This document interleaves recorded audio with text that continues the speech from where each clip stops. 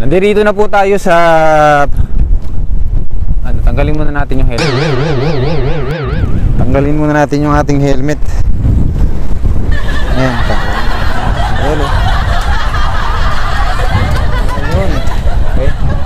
Start na po tayong vlog. So nandito na po tayo ngayon sa may pinaka-sentro, yung sinasabi namin kanina. Namin yan. Diyan kami pupunta sa likod kasi yung likod niyan, dagat na kasi yan eh. So diretso pa kami papunta ron. So ito yung tabing dagat. Yan, mapapansin nyo po yan, napakaganda ng tabing dagat. Diba?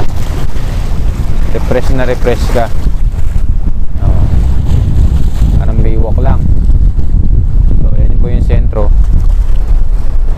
So abangan natin mamaya yung pailaw ng mga building.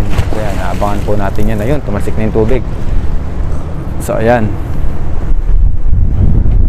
So akit tayo dito sa ibabaw. Ayan, akit po tayo dito sa ibabaw. Tapos kuha na natin tong kuha natin yung pinaka building. Ating i-zoom. Zoom natin. So ayan. Abangan natin mamaya yan. Diretso pa rin po kami mamaya doon. Pupuntahan namin yung pinakadulo na yun. Yan, dadaan din kami dyan. Yun yung last destination namin. So after mag-video ngayon, pupuntahan namin yung lugar na yan. Yan. Doon naman po kami pupunta sa pinakadulo na yun. Pinakadulo dyan, yung building na yan. Kaya natin yung bangka sa dulo. Ayun na yun, yung mga nirerenta na mga bangka. Pakaganda ng lugar.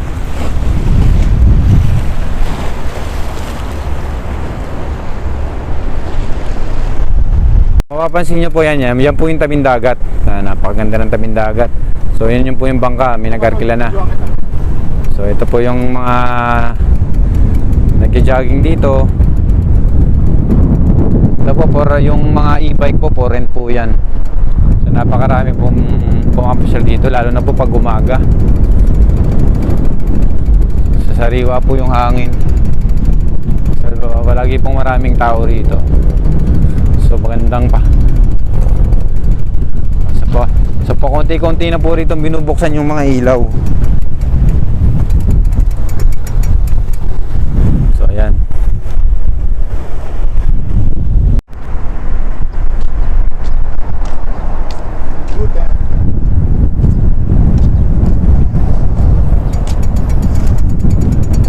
May cover ka na sa akin mamaya.